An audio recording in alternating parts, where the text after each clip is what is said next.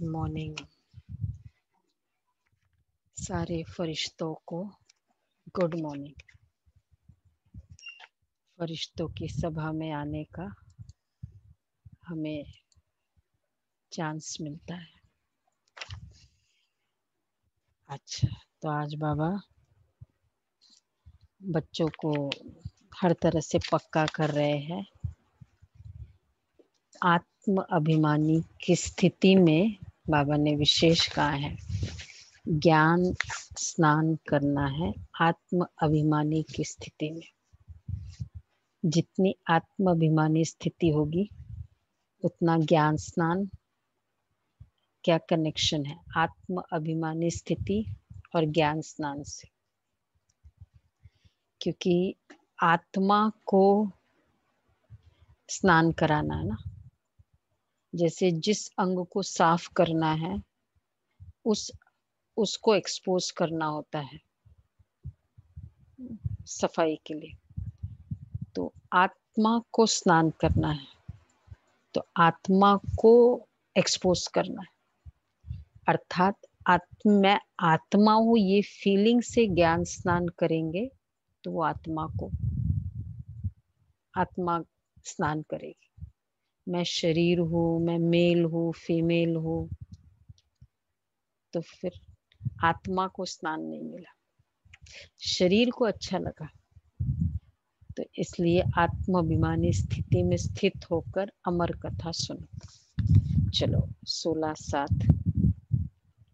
मीठे बच्चे, तुम इस ड्रामा के आदि मध्य अंत को जानते हो। तुम्हें बाप द्वारा ज्ञान का तीसरा नेत्र मिला है, इसलिए तुम हो आस्तिक। देखो, आस्तिक किसे कहते हैं? बाप द्वारा ज्ञान का तीसरा नेत्र मिला है। दुनिया में पहले बाबा कहते थे आस्तिक अर्थात जो परमात्मा को जानते। आज है आस्तिक अर्थात ज्ञान का तीसरा नेत्र मिला। अच्छा, प्रश्न है, बाप का कौन सा टाइटल धर्म स्थापकों को नहीं दे सकते? बाबा का ऐसा कौन सा टाइटल है वो धर्म स्थापक को नहीं दे सकते? बड़ा पेचीली बातें है। पतित पावन। धर्म स्थापक कौन कौन है? पतित पावन का नहीं दे सकते। जीसस है। सब मालूम है। गति सदगति देना। Guru Nanak, Jesus Christ. तो कौन सा टाइटल? सदगुरु। गुरु का टाइटल नहीं दे सकते। देखो कितना बड़ा चैलेंज है। क्यों? गुरु मतलब ही जो दुख से छुड़ाए, जो ले जाए। सदगति गुरु, सदगुरु वो न ले जाते हैं, दुख से छुड़ाए सुख में ले जाना। बाबा है सदगुरु। किसी भी धर्म स्थापक को गुरु नहीं कह सकते, क्योंकि गुरु वह जो दुख से छुड़ाए सुख में ले जाए। धर्म स्थापन करने वालों के पीछे तो उनके धर्म की आत्माएं ऊपर से नीचे आती है, वह किसी को ले नहीं जाते। उनकी आत्माएं तो ऊपर से नीचे आती है, उस समय ले कैसे जाएगी? बाप जब आते हैं तो सभी आत्माओं को घर ले जाते हैं, इसलिए वह सभी के सदगुरु हैं। तो बाबा सभी को घर ले जाते हैं। तो जो सदगति घर ले जाए, दुखों से छुड़ाए, सुख में ले जाए, सदगति दे, ये सब गुरु के काम है। फादर अगर फादर के फंक्शंस नहीं करे तो फिर तो वो फादर नहीं ठहरा। और वो है, वो नीचे लेकर आते हैं। अच्छा, गीत है, इस पाप की दुनिया से कहीं दूर ले चल। कहाँ ले चले? परम धाम। अच्छा, क्या है ये पाप की दुनिया से? बोलो आगे। इस पाप की दुनिया से अब और कहीं ले चल, अब दूर कहीं ले चल। चित चैन जहां पाए, चित चैन जहां पाए, ले चल तू वहीं ले चल। चित चैन जहां पाए, ले चल तू वहीं ले चल। लोगों की जफाओं से, लोगों की जफाओं से, इस दुनिया की निगाहों से, दुनिया की निगाहों से, अब दूर कहीं ले चल, अब दूर कहीं ले चल। इस पाप की दुनिया से अब और कहीं ले चल। अब ये किसके लिए बोला? लोगों की निगाहों से, तो उनको पूछो कौन सी निगाहों से जाना है, तो वो तो फिर सतयुगी हो गया, और तो कहीं नहीं। पाप की दुनिया से मतलब पुण्य की दुनिया में जाना है। बाबा ने भी गीत अच्छे चुने हैं। ओम शांति। मीठे मीठे रूहानी बच्चों ने गीत की लाइन सुनी, ठीक है। यह है पाप की दुनिया।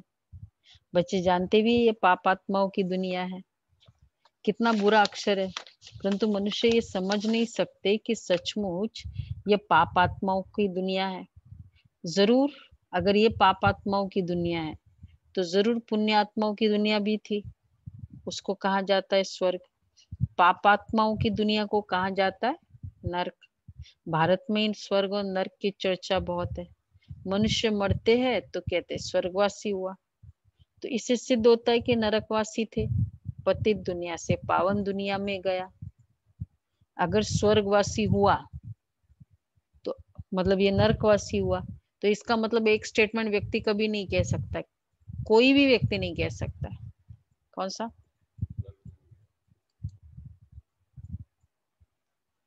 यह नरक नहीं है, हम स्वर्ग में है।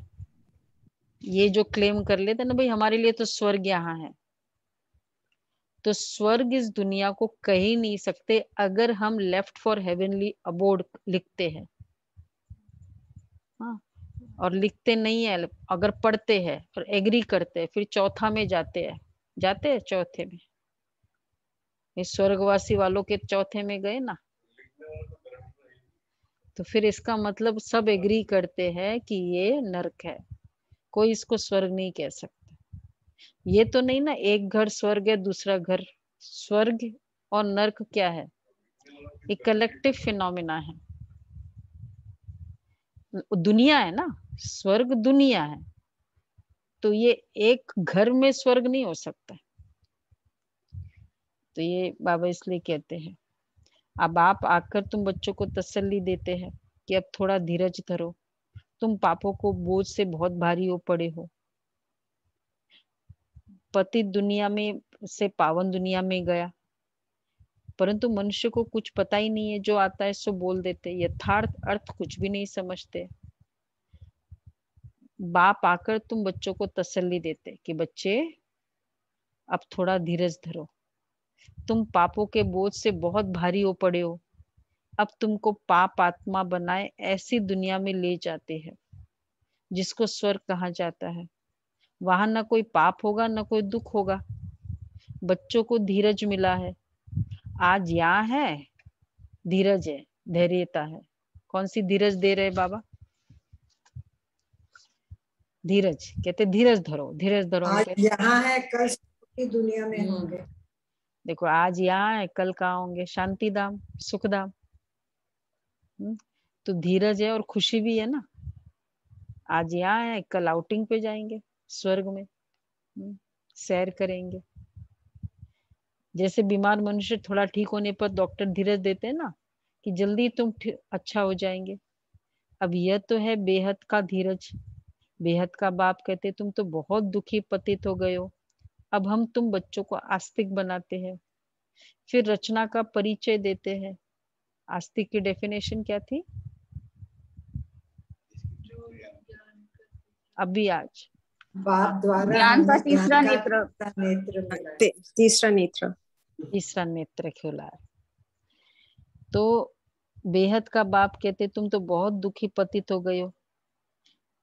ऋषि आदि तो कहते कि हम रचयिता और रचना को नहीं जानते। अब उनको कौन जानते हैं? फिर न ऋषि मुनि जानते हैं, साइंस तो एक्सप्लोर ही करती जा रही, रिसर्च ही करती जा रही, न वो जानती है। तो फिर कौन जानता है रचना को, रचयिता को? वो दोनों नहीं जानते तो कौन जानता है? बाबा के बच्चे कोई तो बताए। तो उनको बोले यहाँ आओ, तो ये किसको पता ही नहीं है कब और किस द्वारा। अब कौन उसको कौन जानता है, कब और किस द्वारा जान सकते, ये किसको पता नहीं है। ड्रामा के आदि मध्य अंत को कोई जानते ही नहीं है। देखो कोई भी परिस्थिति का और मतलब वो ही बता सकता है। जैसे सपोज कहीं कुछ हुआ, कोई इंसिडेंट हुआ, बॉम्ब ब्लास्ट हुआ, तो वो blow by blow incident, actual detail, actual परिस्थिति कौन बता सकता है? जो आई विटनेस है, जो वहां था। जो वहां नहीं था वो कितना भी कोशिश करे, वो कुछ कंप्लीट नहीं बता सकता। और दूसरा, अपने बारे में कौन बता सकता है? व्यक्ति खुद। 24 घंटे साथ में रहने वाले, इवन जीवन साथ में पूरा जीवन भर, खुद के बारे में आप हर कोई अपने बारे में कौन कौन है आपको जो एक्यूरेटली आपके बारे में जानते हैं? हम ही बता सकते हैं। तो इसलिए रचना मतलब सिचुएशन, वो इवेंट, और रचयिता वो सिर्फ शिव बाबा बता सकते, और कोई नहीं बता सकते। तो फिर तुमको रचना और रचना के आदि मध्य अंत का राज सुनाता हूँ। अर्थात तुम्हारा ज्ञान का तीसरा नेत्र खुलता हो। तुमको रोशनी मिली है, आंखों की रोशनी चली जाती है तो मनुष्य अंधे हो जाते हैं। इस समय मनुष्य को ज्ञान का तीसरा नेत्र नहीं है। मनुष्य होकर उस बाप और रचना के आदि मध्य अंत को नहीं जानते। मनुष्य होकर, एक्टर होकर, ड्रामा के प्रोड्यूसर डायरेक्टर को नहीं जाने, मुख्य एक्टर को। और मनुष्य होकर अपने पिता को नहीं जाने तो क्या कहेंगे? इससे बड़ा कौन सी वो बीमारी है? डेमेंशिया। इससे बड़ी डायमेंशिया और कौन है कि मैं अपने पिता को ही नहीं जानती हूँ? ये आत्मा का डायमेंशिया है। वो एक बीमारी होती है ना जिसमें व्यक्ति भूल जाता है एवरी मिनट। तो बाबा कहते हैं मनुष्य होकर उस बाप और रचना के आदि मध्य अंत को नहीं जानते तो उनको बुद्धिहीन कहा जाता है। गीत में भी एक है अंधे की औलाद अंधे, दूसरे सज्जे नेत्र वाले। दिखाते महाभारत लड़ाई लगी थी और एक आदि सनातन देवी देवता धर्म की स्थापना हुई। बाप ने आकर आत्माओं को राजयोग सिखाया, सत्युग स्वराज्य देने के लिए। आत्माएं कहती है ना कि मैं राजा हूँ, मैं बैरिस्टर हूँ। तुम्हारी आत्मा अब जानती है कि हम विश्व का स्वराज्य पा रहे हैं विश्व के रचयिता बाप द्वारा। वह किसका रचयिता है? नई दुनिया का। बाप नई सृष्टि रचते हैं, क्रिएटर भी है तो उनमें सारा ज्ञान भी है। सारे वर्ल्ड की हिस्ट्री कोई एक भी नहीं जानते। किसको ज्ञान का तीसरा नेत्र है ही नहीं। ज्ञान का तीसरा नेत्र, तीसरे नेत्र से क्या क्या दिखता है? तीसरा नेत्र से हर चीज के रहस्य को समझते। जो भी हो रहा है ना, जैसे तुमने क्रोध किया, तीसरा नेत्र क्या करेगा? क्रोध के पीछे के रहस्य को समझेगा। इसी तरह तीसरा नेत्र जो सामने दिख रहा है, दुनिया की परिस्थिति, कोरोना आ गया, ये आ गया, ये वाले नेत्र देख रहे। तीसरा नेत्र क्या देखेगा? इसके पीछे रहस्य क्या है, ये तीसरा नेत्र देखेगा। इसके आगे होना क्या है, ये तीसरा नेत्र देखेगा। और तीसरा नेत्र हम आत्मा हैं। बाबा, शिव बाबा तो भगवान को समझने का नेत्र, वो तीसरा नेत्र है।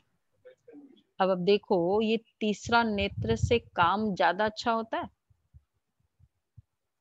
नहीं, क्योंकि ये रहस्य हम क्रोध को देखते हैं, तो इसलिए तीसरा नेत्र सारा समय ऑन चाहिए, पूरा टाइम ऑन, खुला हुआ सब। बल्कि सबसे ज्यादा थर्ड एम्पायर होता है ना, उसको तो सबसे ज्यादा विजिलेंट होना पड़ता है, क्योंकि फाइनली उसी के ऊपर है और उसका डिसीजन फाइनल डिसीजन।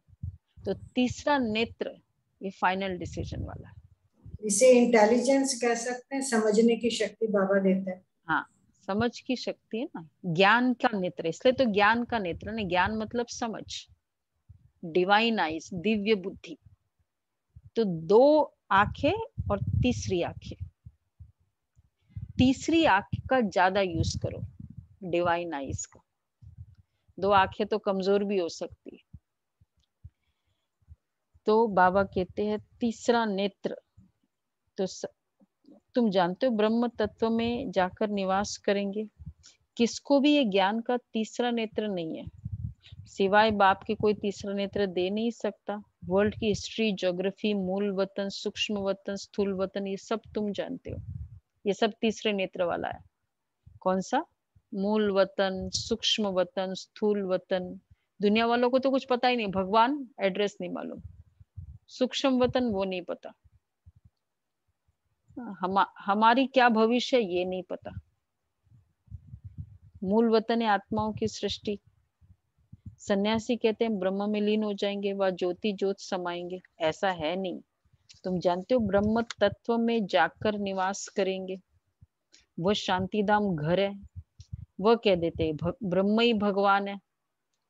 ब्रह्म रहने महत तत्व है, एलिमेंट है, क्लियरली बोलते हैं, तत्वानुसंधान किताब भी है। एलिमेंट है, एलिमेंट जड़ होता है, एलिमेंट चैतन्य नहीं होता है। 5 तत्व बोलते हैं ना, 6th एलिमेंट, तो एलिमेंट है ना।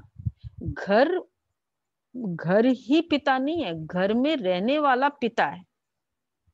अब कोई कहे वो घर है ना मतलब पिता है, ऐसा थोड़ी हो सकता है। बेशक वो सारा दिन उसमें रहे, फिर भी वो घर पिता थोड़ी हो सकता है। घर घर है, पिता पिता है। तो ब्रह्म तो तत्व है, वह कह देते ब्रह्म ही भगवान है। जैसे आकाश तत्व है वैसे ब्रह्म तत्व है। जहाँ हम आत्मा और परम पिता परमात्मा निवास करते हैं, उनको स्वीट होम कहा जाता है। वह है आत्माओं का घर। बच्चों को मालूम पड़ा है ब्रह्म महत तत्व में कोई आत्माएं लीन नहीं होती है। महत तत्व है, तत्व में जड़ है, एलिमेंट, उसमें चैतन्य आत्मा कैसे लीन हो जाएगी? लीन मिक्स, जड़ और चैतन्य मिक्स हो सकता है? कोई कनेक्शन ही नहीं है जड़ और चैतन्य का मिक्सिंग। चैतन्य और चैतन्य का भी मिक्सिंग नहीं हो सकता, जड़ और चैतन्य का क्या मिक्सिंग हो सकता है? सपोज एक सिंपल है, लैपटॉप और मैं लैपटॉप में मिक्स हो जाऊंगी। लैपटॉप से मुझे बहुत प्यार है, बहुत प्यार है, मैं मिक्स हो जाऊंगी? कैसे मिक्स हो जाएंगे? तो जड़ और चैतन्य कैसे लीन हो जाएगा?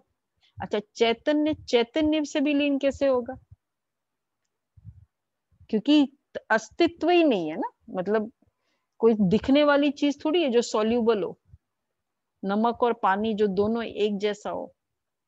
जड़ जड़ में लीन हो सकती है, चैतन्य चैतन्य में लीन कैसे हो सकता है? मेरा मन आपके मन में लीन हो जाता है, मिक्स है। किसी का मन किसी के साथ मिक्स हो गया पूरा, बताओ तो कैसे हो सकता है? हम दोनों एक जैसे विचार कर सकते हैं, तो ये भी दोनों रॉन्ग है। यह भी ड्रामा बना बनाया है। आत्मा कभी विनाश को प्राप्त नहीं होती, आत्मा विनाशी, ये ड्रामा भी बना बनाया है। इस ड्रामा में कितने एक्टर्स हैं? अभी ये संगम युग, जबकि सभी एक्टर्स हाजिर हैं। नाटक पूरा होता है तो सब एक्टर्स, क्रिएटर आदि सब आकर हाजिर होते हैं।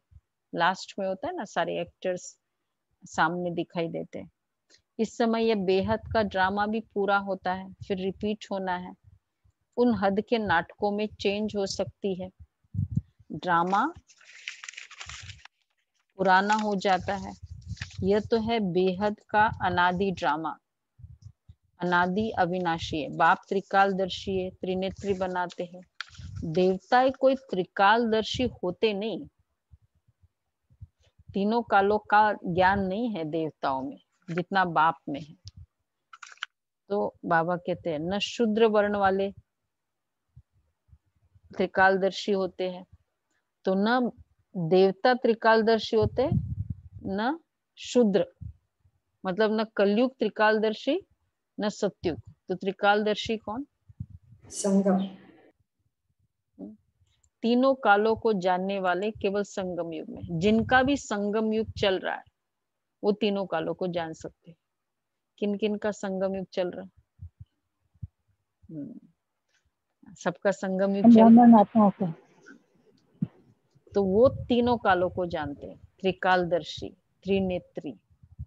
और एक तो ठीक है जो बाबा ने मुरली में सुनाया, लेकिन त्रिकालदर्शी ये हमारा संस्कार भी होना चाहिए।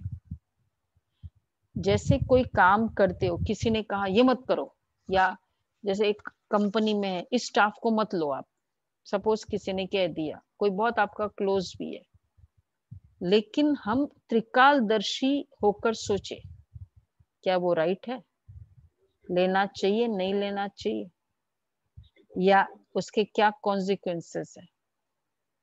बोलने वाले ने तो अपना सजेशन दे दिया, लेकिन त्रिकालदर्शी, तो त्रिकालदर्शी ये हमारा संगम युग का तो भाग्य है, लेकिन एवरी सेकंड का भी यूज करो। दुनिया में इंस्टेंट डिसीजन ले लेते, बहुत फास्ट, इसलिए वो फिर बाद में रिग्रेट करते। पहले इंस्टेंट ले लेते हैं, फिर उसके कारण बुद्धि, क्योंकि बुद्धि राइट जजमेंट नहीं देती, फिर रॉन्ग जजमेंट देती, फिर बुद्धि और खराब रहती है क्योंकि रिग्रेट रहता है। त्रिकालदर्शी बनकर हर कर्म करो। जैसे अभी मुझे मुरली के समय सपोज कोई काम आया, त्रिकालदर्शी बनकर समझो क्या इंपॉर्टेंट है, अगर ये बाद में करे तो इसमें कुछ प्रॉब्लम होगा, हर बात में त्रिकालदर्शी। तो त्रिकालदर्शी सिर्फ तुम ब्राह्मण वर्ण वाले हो, जब तक ब्राह्मण न बने तब तक तीसरा नेत्र ज्ञान का मिल न सके। तुम झाड़ के आदि मध्य अंत को, सभी धर्मों को भी जानते हो, तुम भी मास्टर नॉलेजफुल हो जाते हो। बाप बच्चों को आप समान बनाएंगे ना, तो बच्चे त्रिकालदर्शी बने। जीवन के बहुत सारे अगर गलत डिसीजन लिए हैं, उसका रीजन क्या है? एक कालदर्शी थे।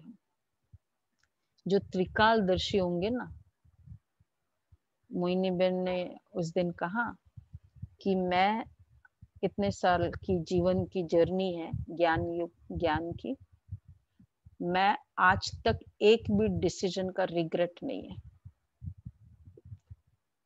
त्रिकालदर्शी, no regret of any decision, मतलब मैं त्रिकालदर्शी। अगर मुझे इतना सा भी डिसीजन का रिग्रेट है, त्रिकालदर्शी। तो अब तुम बच्चों को सबको ये कहना है कि शिव बाबा आया है, उनको याद करो। जो आस्तिक बनते हैं वो बाप को अच्छी रीति प्यार करते हैं, तुम्हारे ऊपर बाप का भी प्यार है, तुमको स्वर्ग का वर्षा देते हैं। गाया हुआ है विनाश काले विपरीत बुद्धि विनश्यंती और विनाश काले प्रीत बुद्धि विजयंती। गीता में कोई कोई अक्षर सच्चे हैं, ये वाले ठीक है, कुछ कुछ अक्षर बाबा कहते हैं ना, आटे में नमक जितना सच्चाई है। मन मना भव अक्षर ठीक है, मध्याजीभव ठीक है, और फिर आत्मा का ज्ञान भी ठीक है। हाँ, आत्मा का भी ठीक है। विनाश काले विपरीत बुद्धि, वो राइट है। तो श्रीमद् भगवत गीता है सर्वोत्तम शास्त्र, आदि सनातन देवी देवता धर्म का शास्त्र। यह भी समझाया है मुख्य धर्म शास्त्र है ही 4, और जो धर्म वाले हैं वो आते ही है सिर्फ अपने धर्म की स्थापना करने। राजाई की तो बात ही नहीं है, देखो वो सब अपने धर्म की स्थापना करने आते हैं। उनको इसलिए गुरु भी नहीं कह सकते, गुरु का तो काम ही है वापस ले जाना। इब्राहिम, बुद्ध, क्राइस्ट आदि तो आते हैं, फिर उनके पिछाड़ी तो उनकी वंशावली भी आती है, वो पूरा उनके पीछे आते हैं। गुरु वह जो दुख से छुड़ाए और सुख में ले जाए, और वह तो सिर्फ धर्म स्थापन करने आते हैं। रिलीजन, क्योंकि उसके पीछे सारी उनकी वंशावली आती है, तो वो तो एस्टेब्लिशमेंट का फोर्स है ना उनका। ले जाने का क्राइटेरिया क्या है? किसी को भी कहीं ले जाना है, उसका लास्ट स्टेज होना जरूरी है, मतलब पूरा हो चुका है उसका, तब वो ले जाएगा। आत्मा की एकदम लास्ट तमो प्रधान अवस्था होगी तो वो ले जाएगा। अब वो आत्माएं आती है तो उसके पीछे तो वो उसकी सतो प्रधान अवस्था चल रही है, वो तो आ रहे हैं, तो कैसे ले जाएगा? तो इसलिए बाबा कहते हैं कि इब्राहिम, बुद्ध, क्राइस्ट आदि तो फिर उनके पिछाड़ी उनकी वंशावली में आती है। वो तो सिर्फ धर्म स्थापन करते हैं। यहाँ तो बहुतों को गुरु कह देते हैं। गुरु ब्रह्मा, विष्णु शंकर, गुरु विष्णु, गुरु देवो महेश्वर, उनको भी गुरु नहीं कह सकते। उनको गुरु कह सकते हैं ब्रह्मा विष्णु शंकर को?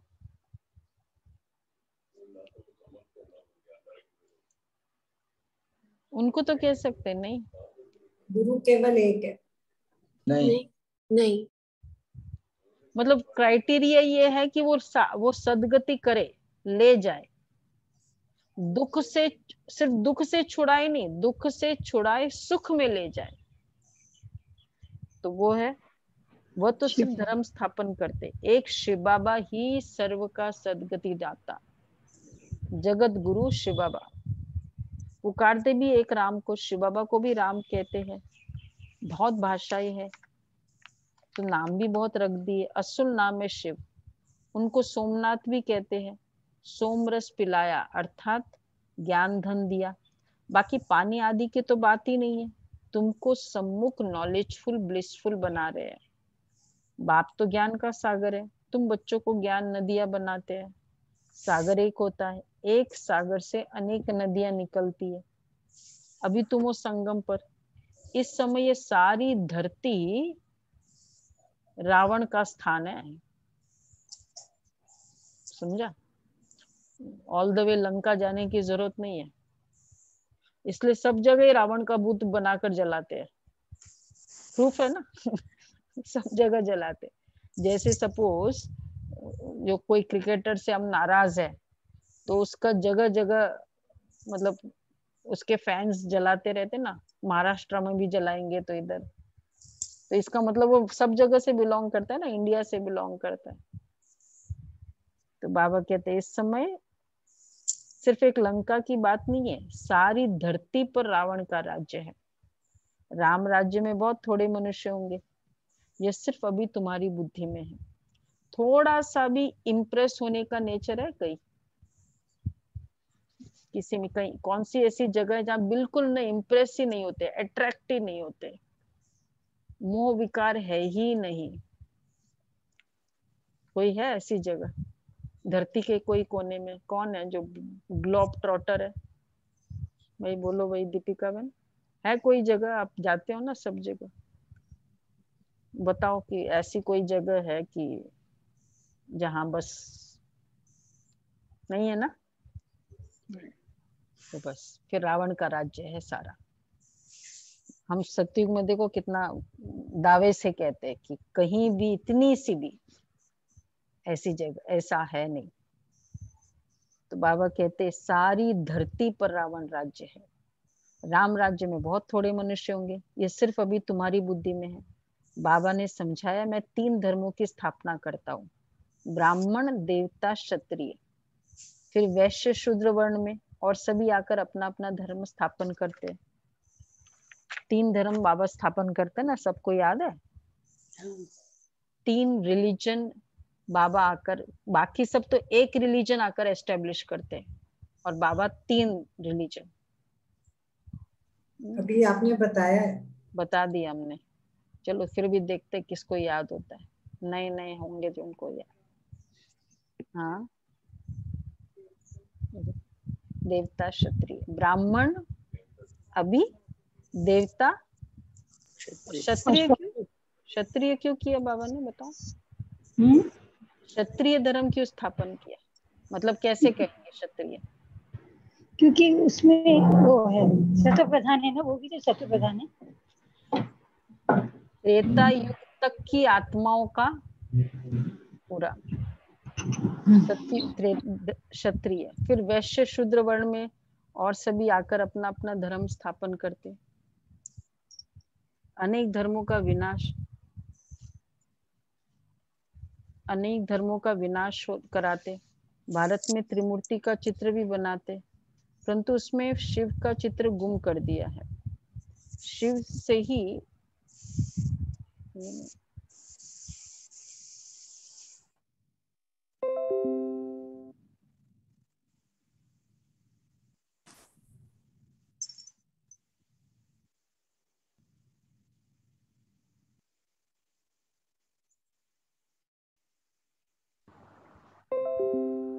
तो बाबा कहते हैं कि ब्राह्मण, देवता, क्षत्रिय, फिर वैश्य, शूद्र वर्ण में और सभी आकर अपना अपना धर्म स्थापन करते हैं।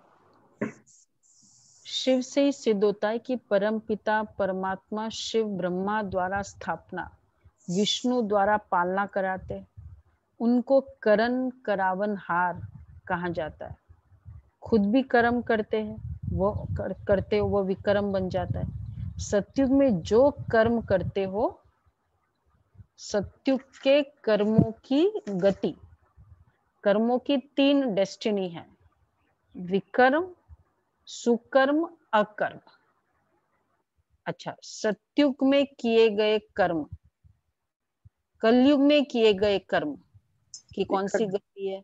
विकल्प विकर्म होते। अच्छा, सत्युग में किए गए कर्म अकर्म। अकर्म। अकर्म मतलब न्यूट्रल एक्शन, न्यूट्रल, न उसका पाप न उसका पुण्य, इसको कहेंगे अकर्म। और उसका रीजन है, कौन रीजन बताएगा? जो तो देही नीरजा बहन अभिमानी। बताए, नीरजा बहन बोलो, क्या उसका रीजन है? सत्युग में किए गए कर्म अकर्म है, नहीं पता? बोलो अतुल भाई। वहाँ पर आत्मा 16 कला संपूर्ण निर्विकारी है। तो जब संपूर्णता है हर चीज में और संकल्पों में भी कोई किसी के प्रति कोई गलत भावना नहीं, कार्य में गलत भावना नहीं, तो अकर्मी होंगे सारे। तो सुकर्म क्यों नहीं है वो?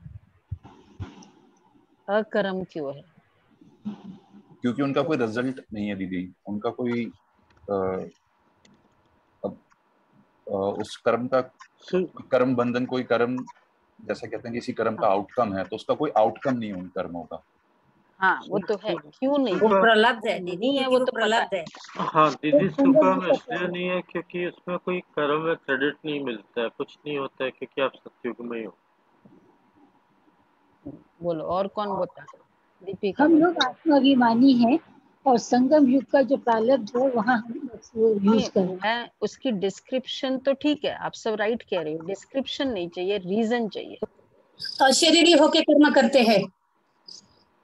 हम आत्माभिमानी होकर के जो है वो आत्माभिमानी होते हैं, तो उसमें हमारे को कोई भी दूसरा विचार नहीं आता उस समय। दीदी क्योंकि वहां पे कोई विकार नहीं और हम लोग देवता हैं, देव आत्मा है, देव है, वहां पे देव कुल की हैं। जो हमें प्राप्त होता है उसका प्रारब्ध हम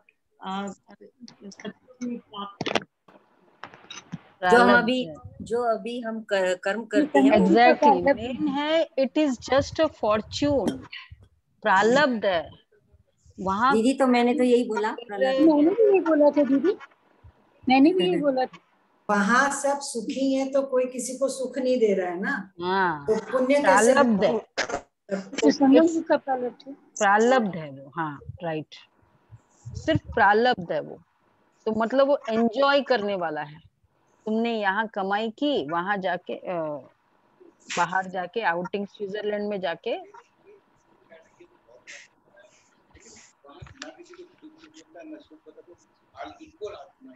दोनों तरफ इक्वल ही है, किसी ने किसी को दुख भी नहीं दे रहे, किसी को सुख भी नहीं, ना किसी के कर्मों में दुख भी नहीं।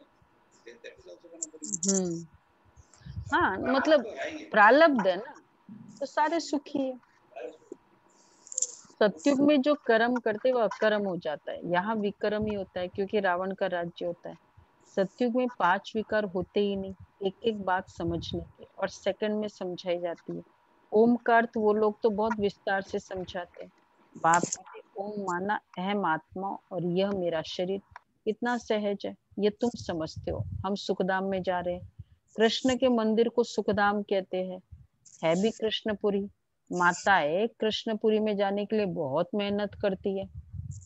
तुम अभी भक्ति नहीं करते हो, तुमको ज्ञान मिला है और कोई मनुष्य मात्र में ये ज्ञान नहीं है, मैं तुमको पावन बनाकर जाता हूँ। अब देखो, रोज सुबह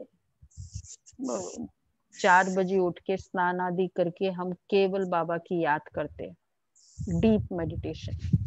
उसके बाद क्लास करते हैं, मतलब बाद में तो एकदम सब कुछ, सब बातों से फ्री करके नोटबुक पेन लेकर जो सुन रहे हैं और उसके बाद वो धारण करते हैं। अब इससे बड़ी भक्ति कोई हो सकती है? भक्ति मतलब क्या? सिमरण, याद करना, याद कर रहे और सत्संग इसलिए सुन रहे कि वो मुझे आज पूरा दिन धारण करना है। तो इससे बड़ी भक्ति क्या हो सकती है? कोई भी सत्संग ऐसे सुनते कि आज मुझे पूरा होमवर्क मिला है, वो धारण करेंगे? तो वैसे ही मतलब नंबर 1 भक्ति है, नंबर 1 सत्संग है, नंबर 1 पूजा है। उसके बाद फिर और पूजा करने की जरूरत होती है? जब नंबर 1 आपने कर लिया कोई चीज, फिर नंबर 2 और 3 की जरूरत होती है? हाँ, वही हो गया। तो बाबा कहते हैं जैसे कोई बहुत बड़ा तप करते हैं ना, फिर अब ये छोटे वो जैसे कहते हैं ऑरेंज खाली पीला पीला खाना चाहिए, ये अन्न नहीं खाना चाहिए। अब इतना बड़ा कोई तप कर ले तो उसके बाद ये छोटे मोटे तप फिर जरूरत नहीं होती। जरूरत है छोटे मोटे, जब बड़ा नहीं करते तो भक्ति करनी चाहिए। लेकिन अगर ये सब नहीं करते तो, अगर ये सब कर रहे हैं फिर तो बाबा कहते ये कोई बता ना सके। तुम अभी भक्ति नहीं करते हो, तुमको ज्ञान मिला है, मैं तुम्हें पावन बना कर जाता हूँ, फिर पतित कौन बनाते हैं ये कोई बता न सके। सब मेल अथवा फीमेल भक्तियां है, सीता है, सब रावण की जेल में है। यह है ही दुखधाम, बाप तुमको सुखधाम का मालिक बनाते। ऐसे बाप को 5000 वर्ष बाद सिर्फ तुम देखते हो जो तुमको इतना करते हैं। लक्ष्मी नारायण की आत्मा को अब नॉलेज है, हम छोटेपन में यह कृष्ण है, फिर बड़े बनेंगे, ऐसे शरीर छोड़ेंगे, फिर दूसरा लेंगे, और कोई को ये नॉलेज है नहीं। बाप कहते तुम सब पार्वतियां हो। शिव बाबा तुमको अमर कथा सुना रहे, सब पार्वती हो ना। पार्वती अर्थात पार वतन में रहने वाली। तो सारा समय हम कहाँ रहते? परम धाम। पार्वती अर्थात एक शिव की लगन, पवित्र रहकर जो शिव की भक्ति करते हैं, पार्वती। पार्वती अर्थात परवृत्ति, प्रवृत्ति में होकर भी परवृत्ति में रहने वाले। तो सब कौन हो गए? पार्वती। वो वाले सोने वाली पार्वती नहीं, ये वाली पार्वती। तो शिव बाबा तुमको अमर कथा सुना रहे, अमर बनाने के लिए, अमर लोक में ले जाने के लिए। ये मृत्यु लोक है। तुम सब पार्वतिया अमरनाथ द्वारा अमर कथा सुन रही हो, तुम सच सच बनते हो। एक्चुअली पार्वती कोई पर्टिकुलर की बात नहीं है, ये है पार्वती की। तो ये सब हम हैं पार्वती। ये तीनों कैटेगरीज क्राइटेरिया जो फुलफिल करता है। जैसे सर पे एक खाल छोड़ दूसरी लेते, ये सब मिसाल यहाँ के। भ्रमरी का मिसाल भी यहाँ का है। तुम ब्राह्मण क्या करते हो? विकारी कीड़ों को बदल देवता बनाते हो। मनुष्य की बात है, भ्रमरी का तो एक दृष्टांत है। तुम ब्राह्मण बच्चे अभी बाप द्वारा अमर कथा सुन रहे हो, औरों को बैठ ज्ञान की भूभू करते हो, जिससे मनुष्य से देवता, स्वर्ग की परी बन जाएंगे। बाकी ऐसे नहीं कि मान सरोवर से डुबकी लगाने से कोई परी बन जाएंगे। ये सब है झूठ, तुम झूठ ही सुनते आए हो। बाप ट्रुथ सुनाते हैं। अब बाप कहते अपने को आत्मा समझो। तुम समझते हो निराकार परमपिता परमात्मा इस मुख द्वारा ज्ञान सुना रहे। ये क्लियर है सबको? निश्चय निराकार परमपिता परमात्मा इस मुख द्वारा ज्ञान सुना रहे। 100% पक्का निश्चय लिखा है निश्चय पत्र सबसे? कितना? 108 बार एक बार लिखाएंगे निश्चय पत्र। फरिश्ता फैमिली से तो लिखाएंगे, रेडी रहना, कभी भी हो सकता है निश्चय पत्र। और वो डिस्प्ले करेंगे फिर सब। पक्का निश्चय कौन सा? निराकार परमपिता परमात्मा इस मुख द्वारा सुना रहे। दादिया जो 7 दिन का कोर्स करते थे, इसी पर फोकस करते थे कि वो परमात्मा जो वो आके इस ब्रह्मा मुख में ज्ञान सुना रहे। हम इन कानों द्वारा सुन रहे। आत्माभिमानी बनना है। फिर परमात्मा भी रियलाइज कराते मैं कौन हूँ, दूसरा कोई आत्माभिमानी बना न सके। देखो बाबा के अलावा रियली सब देह अभिमान में लाने वाले आत्म अभिमानी की फीलिंग अब कैसे करें? सिवाय बाप के और कोई कह न सके तुम आत्म अभिमानी हो। शिव जयंती भी मनाते परंतु उनकी जयंती कैसे ये नहीं जानते। बाप ही खुद आकर समझाते, मैं साधारण बूढ़े तन में प्रवेश करता हूँ, नहीं तो ब्रह्मा आएगा कहाँ से? पति तनी तो चाहिए। सूक्ष्म वतनवासी ब्रह्मा में विराजमान होकर तो ब्राह्मण नहीं रचेंगे। सूक्ष्म वतनवासी में इधर रचना है ना, क्रिएट करना है ना, क्रिएट करने के लिए तो नीचे आना पड़ेगा। कहते मैं पतित शरीर पतित दुनिया में आता हूँ, गाया हुआ है ब्रह्मा द्वारा स्थापना। फिर जिसकी स्थापना करते हैं जो ये ज्ञान पाते वो फिर देवता बन जाते हैं। मनुष्य ब्रह्मा का चित्र देखकर मूंझ जाते हैं। वही होती है ना सबको, ज्यादातर ब्रह्मा के नयों को ब्रह्मा का चित्र देखकर ही कंफ्यूजन होती है। कौन सी कंफ्यूजन हुई होगी? किसी को तो हुई, मोस्टली सबको हुई होगी। थोड़े दिन पहले भी आया था। हाँ, कि ये अपने फाउंडर को यहाँ बिठा दिया और बोल दिया ये ब्रह्मा है। तो बाबा कहते ये तो दादा का चित्र है। तो देखो प्रजापिता बोला तो प्रजापिता ब्रह्मा तो जरूर यहाँ ही होगा। सूक्ष्म वतन में कैसे प्रजा रचेंगे? प्रजापिता के बच्चे हजारों ब्रह्मा कुमार कुमारियां हैं। झूठ थोड़ी होगा, हम शिव बाबा द्वारा वर्षा पा रहे हैं। तुम बच्चों को समझाया है वह अव्यक्त ब्रह्मा है। प्रजापिता तो साकार में चाहिए, ये पतित ही तो पावन बनते हैं। ततत्वम। अच्छा, मीठे मीठे सिके लदे बच्चों प्रति माता पिता बाप दादा का याद प्यार गुड मॉर्निंग। रूहानी बाप की रूहानी बच्चों को नमस्ते। हम रूहानी बच्चों की रूहानी बाप दादा को याद प्यार नमस्ते गुड मॉर्निंग। थैंक यू बाबा। धारणा के लिए सार है, आत्म अभिमानी बनकर इन कानों द्वारा अमर कथा सुननी है।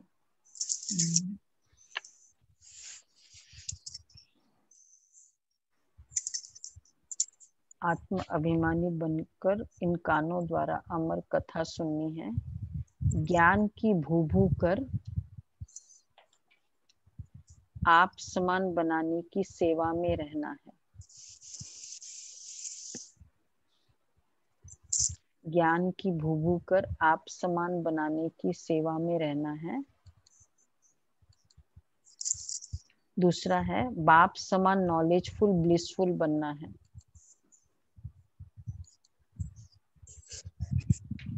सोमरस पीना पिलाना है।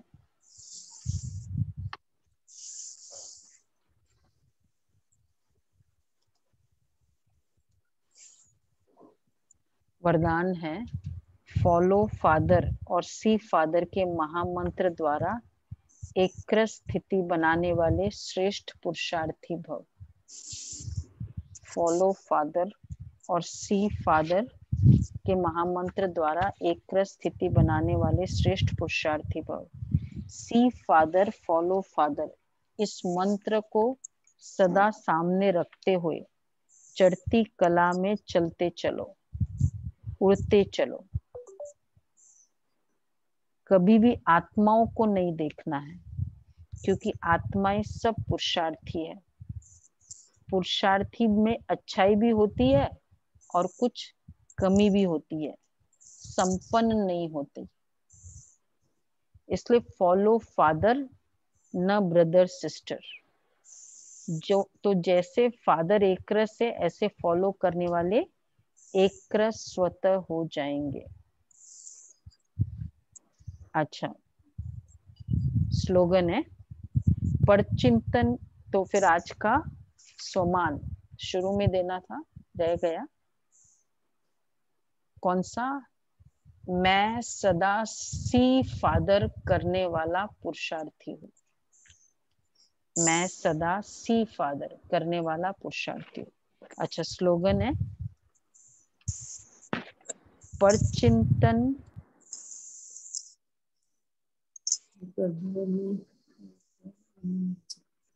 चिंतन करने वाला, चिंतन नहीं बना।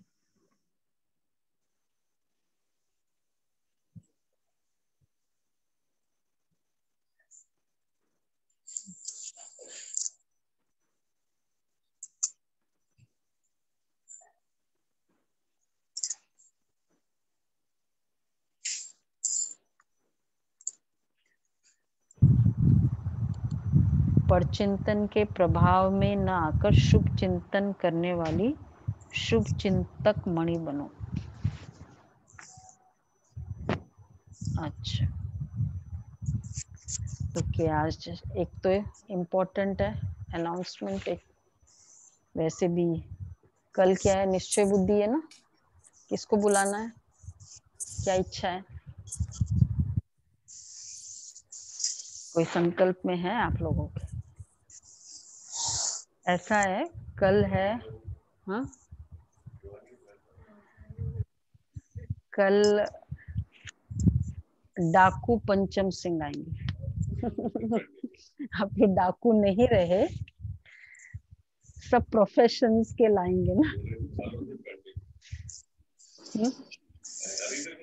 तो सभी मिस नहीं करे कल बल्कि सेवा करो आप, जिसको भी आपको फैमिली फ्रेंड्स को बुलाना हो। यूट्यूब लाइव तो हो गई, तो वो आएंगे। 95 इयर्स ओल्ड है या ऐसा कुछ, 95 लग रहा है ऐसा। अच्छा, दूसरा और क्या था, आज ORC में दिल्ली का कोहिनूर दादी गुलजार का मतलब सॉर्ट ऑफ जैसे यादगार मना रहे हैं, क्योंकि नीलू बहन आई हुई है गुलजार, और कोरोना उस समय आना था लेकिन कोरोना था इसलिए वो लॉकडाउन के कारण नहीं आए। आज है वो, तो हम लोग जा रहे हैं, मतलब समर्पित विशेष सरेंडर बहनों भाइयों के लिए।